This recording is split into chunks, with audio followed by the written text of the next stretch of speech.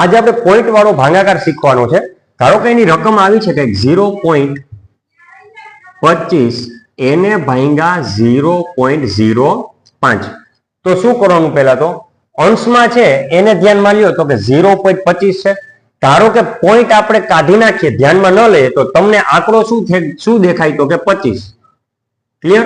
આપણે પોઈન્ટ જે છે એને કાઢી નાખીએ તો હવે પોઈન્ટ પછી કેટલા આંકડા છે? 2 આંકડા. એટલે 2 આંકડા એટલે કે 2 શૂન્ય વાળો એકડો એટલે કે 100 ગુણ્યા, જો અંશમાં હતો તો એની અસર મેં છેદમાં મૂકી.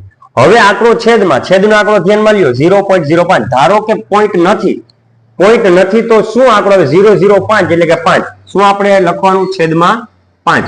હવે પોઈન્ટ પછી કેટલા આંકડા હતા? 2 આંકડા હતા તો 2 શૂન્ય લખવાના અને એકડો એટલે કે 100. ખાસ ધ્યાન રાખજો, અંશમાં છે એની અસર છેદમાં લખી, છેદમાં આંકડો છે એની અસર અંશમાં લખી. હવે અંશમાં 100 છેદમાં 100 ગયા તો જવાબ શું આવશે? 25 ના છેદમાં 5. એટલે કે જે વધ્યું છે એ લખ્યું 25 ના છેદમાં 5. 25 ભાગ્યા 5 એટલે જવાબ આવશે 5.